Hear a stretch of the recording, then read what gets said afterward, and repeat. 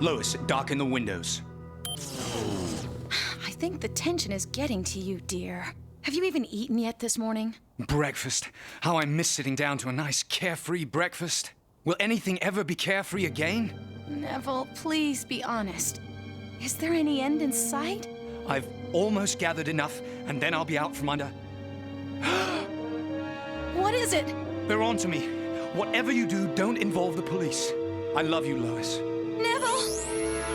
Neville! Sherlock Holmes.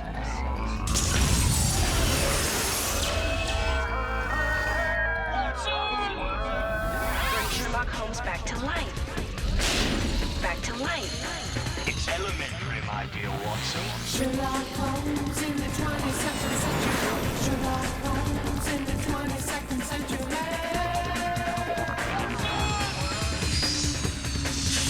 Sherlock Holmes is on the case. Moriarty.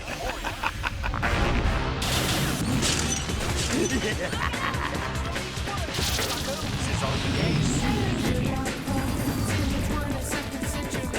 Sherlock Holmes in the 22nd century. Sherlock Holmes in the 22nd century. Sherlock Holmes in the 22nd century. Elementary, my dear Watson.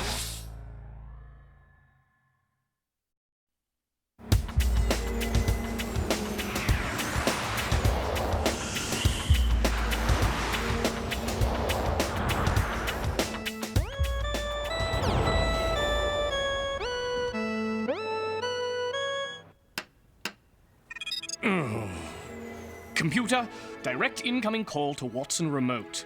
I have it. Latest news. Chief Inspector Grayson raids empty room. Details on demand. Phone interruptions, news interruptions. It's no wonder I can't play this thing. Proceed. In an effort to clip the wings of the elusive mobsters known as the Night Ravens, Chief Inspector Grayson of New Scotland Yard stormed their suspected headquarters last night, only to find they had already flown the coop. Am I embarrassed? No. Angry and determined? Yes.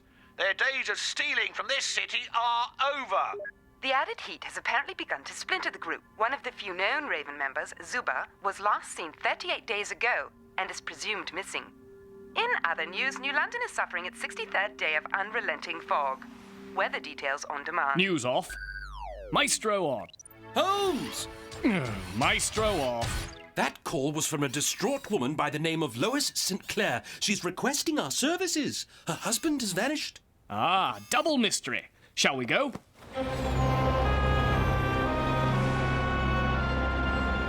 A double mystery, Holmes? The disappearance of her husband this morning is but one. Yes, but Lois St. Clair, being the wife of Neville St. Clair, who was unfortunate enough to have had his funeral 1 month ago, is quite another. Indeed. How would you remember that? It was an unsolved crime. I tend to take note of such as you know. Allow me to get to the bottom of this one, Holmes. I dare say I'm up to the challenge. All right, Watson. The ball is in your court. You shall lead and I shall follow. Let us see what you have learned. Accessing police report. It states that Mr. St. Clair met a tragic fate 38 days ago on a moonlit night at the hands of an unknown assailant.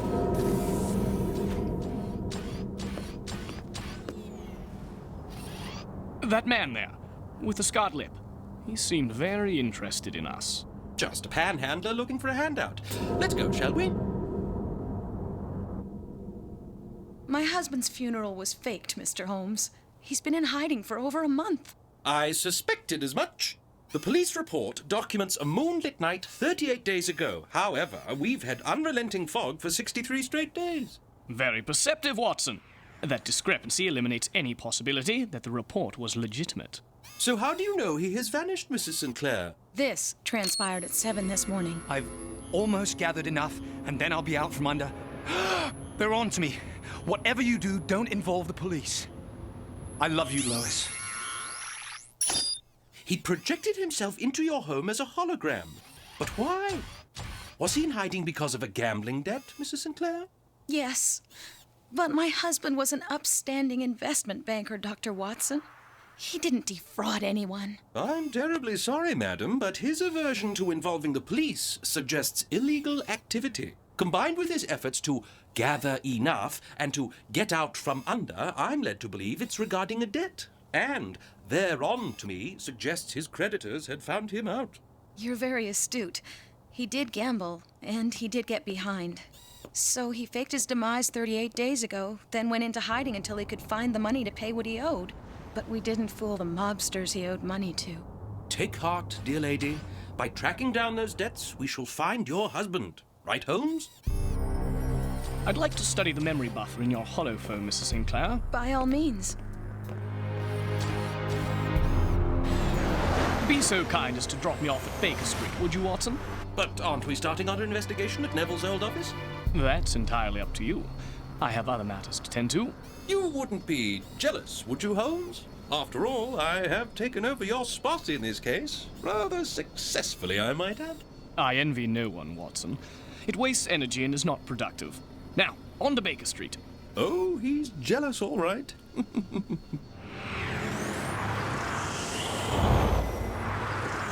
Again, sound only. Yes. I've almost gathered enough, and then I'll be out from under. Stop. Omit voice, amplify and replay. I have found your hiding place, Mr. Sinclair.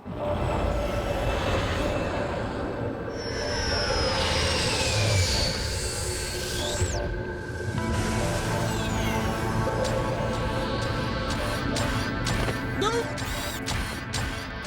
I say, Holmes, you nearly gave me an overload. Sorry, old man. We can't risk being seen. Rather unlikely place to meet, isn't it? On the contrary, Watson, it is the most likely. See there, I detected sounds on the holo program of both the river and the monorail. But the monorail crosses the river a total of 8 times in New London.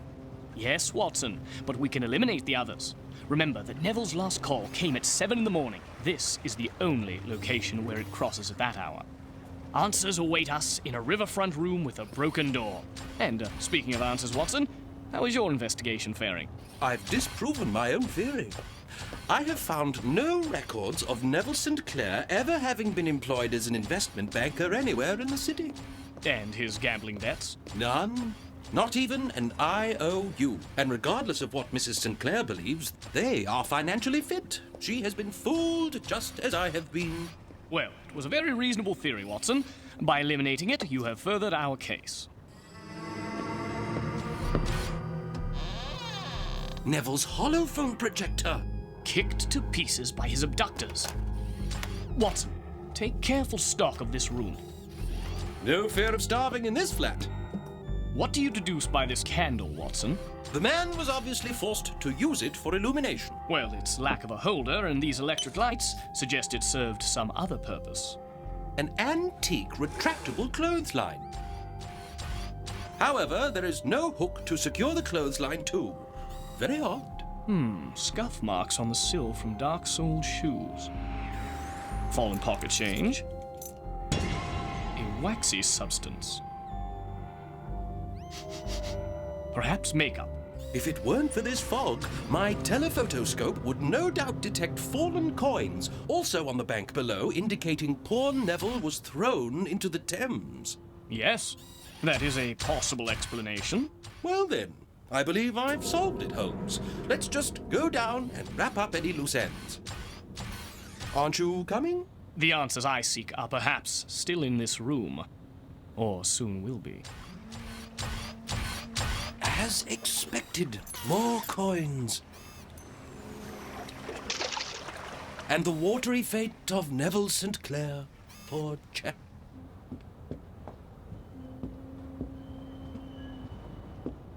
Returning to the scene of the crime, are you?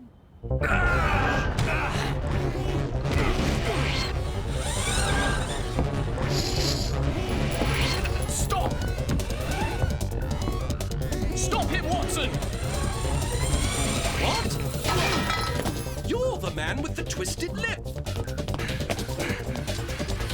Come back here, I say! You there! Halt!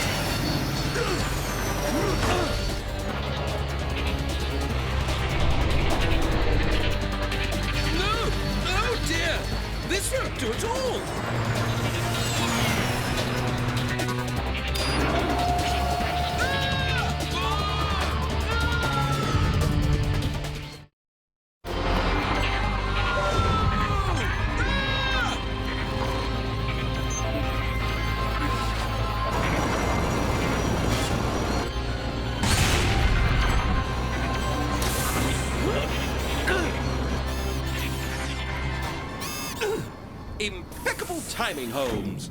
Don't mention it, Watson. But perhaps I should take over the driving from here? Nonsense! I've been practicing. See? Oh!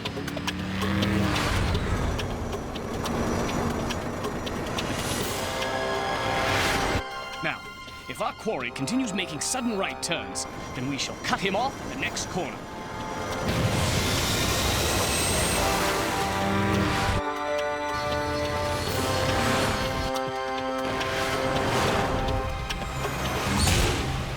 Nice, Holmes. You banked him right into New Scotland Yard.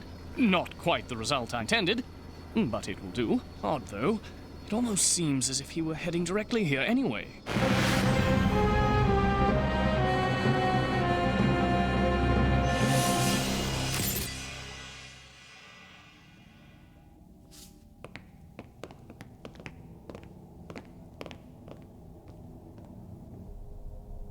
Initial scans suggest this might be Neville Sinclair's coat. In fact, his seems to be the only DNA on it, meaning this panhandler is somehow connected to Neville's homicide a month ago. Holmes, she seems unaware that the month-old crime was faked and knows nothing of what happened this morning.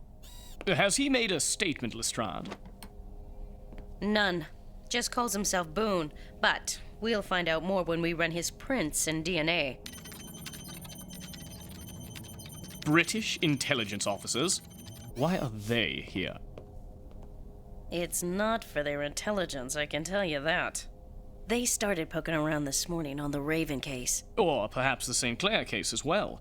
Who else would have the resources to falsify a new Scotland Yard crime report? Come again? Neville St. Clair was alive until this very morning, Lestrade. His homicide of a month ago being but a clever ruse. But now he's disappeared for certain. Well, whatever and whenever it happened, Boone's involved either way. And he seems of keen interest to our visiting branch of law enforcement. We'll take him from here, officer.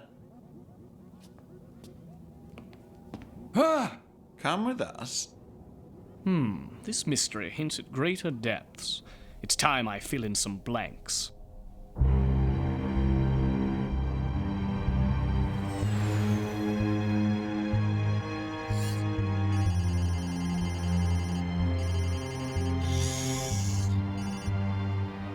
Mr. Holmes, is it true that a panhandler might know something about the fate of my Neville? I think he knows exactly what happened to your husband, Mrs. St. Clair.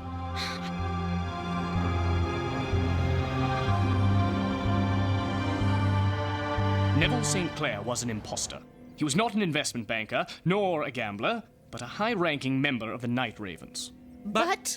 For a more complete picture, I have combined the memory buffers from both holoprojectors. Begin program. Around us is a holographic depiction of the St. Clair living room. And here is Neville St. Clair as he appeared that morning. Will anything ever be carefree again? Pause. Notice that Neville is absently stroking a non-existent beard. Now, observe the poster he's looking at. It's a theater poster. That actor looks familiar. He should. Computer, run Neville Enhancement Program Alpha. They're one and the same. Mr. St. Clair was an actor in his early years. Better than you know. Computer, run Neville Enhancement Program Beta. That's Zuber of the Night Ravens who disappeared last month. 38 days ago, to be exact. The very day of Neville's false demise. He was leading a double life? At the very least. He was an undercover agent for British intelligence infiltrating the Night Ravens. But his true identity was discovered 38 days ago, forcing him to fake his death and go into hiding. Continue program. I've almost gathered enough, and then I'll be out from my... They're on to me. Pause. He's referring to gathering enough information, not money as previously postulated. I should have known better than to think I could out-deduce you. Not at all, Watson. Your deductions were soundly based on the evidence. Continue program. Whatever you do, don't involve the police. I love you, Lois. Holmes! That was a burst message! A what? A message condensed into a sound burst that was beamed to a receiver across the street from the Sinclair home and then relayed to British intelligence. Computer, Isolate the burst message and decode. With my new identity, I've managed to frequent their outdoor meeting places undetected, and have now compiled a member list. I'm ready to come in. Update. 2 Ravens have infiltrated the British intelligence as agents and have probably discovered my new identity. They may even try to intercept this message. Lestrade, we must find Boo. First Zuba and now a nosy panhandler. Prepare to forget everything you overheard. Permanently.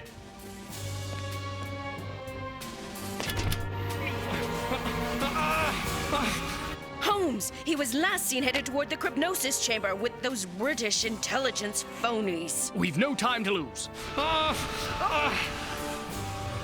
Don't worry, there's just a little jolt. Then you won't have a care in the world. Crank it up to full power.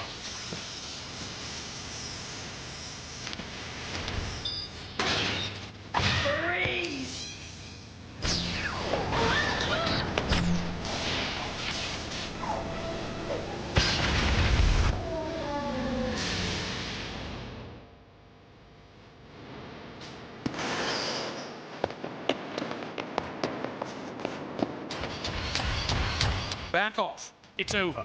Even you must realize escaping New Scotland Yard with a hostage is impossible. But I have 4 hostages. Now, everyone turn around and move slowly out the door.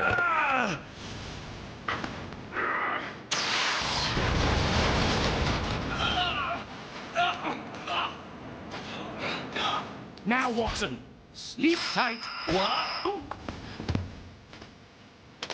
All clear. Nice move for a panhandler. Yes, but quite basic for a field agent.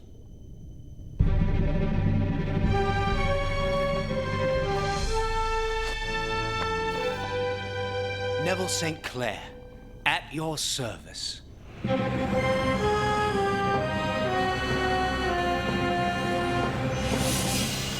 Working in conjunction with British intelligence, I am pleased to announce I have broken up the criminal organisation known as the Night Ravens. Oh, give me a break. He had Z to do with the bust and knew zilch about British intelligence having Neville undercover. Ugh! Which begs the question, Holmes, how did you know Neville was Boone? Oh, the usual obvious clues, Watson. Neville's burst message mentioned a new identity that allowed him to frequent outdoor Raven meetings undetected. Ah, and a commonly ignored panhandler would be the most likely disguise. Then there were the physical clues. After locating the riverfront room where Neville had been in hiding, we found food in storage indicating a continuous occupant. A vanity with lights indicated the candle next to it must have been used for something other than illumination. An old theater trick uses melted wax upon stretched skin to simulate a scar. And near the window were a panhandler's hastily left earnings, coated in stage makeup, suggesting he was a man in disguise, most likely Neville. And then there was Neville's blue coat. It yielded only one person's DNA during Beth's forensic scan. Neville's. I see. By eliminating the possibility that someone else wore the coat... The person wearing it must then be Neville St. Clair himself.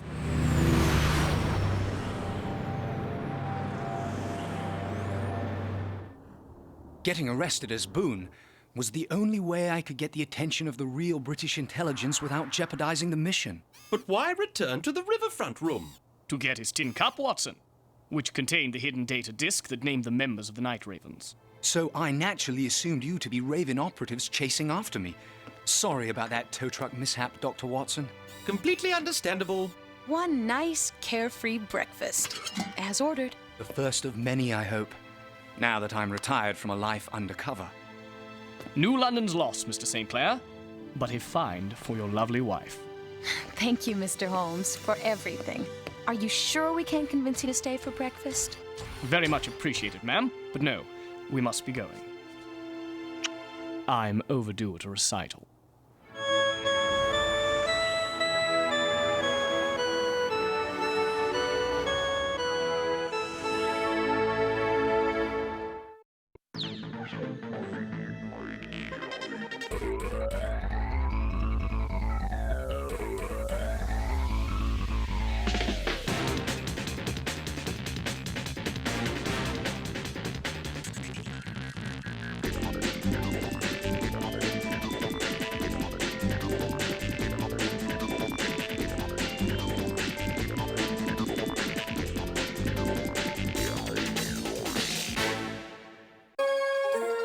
Geek.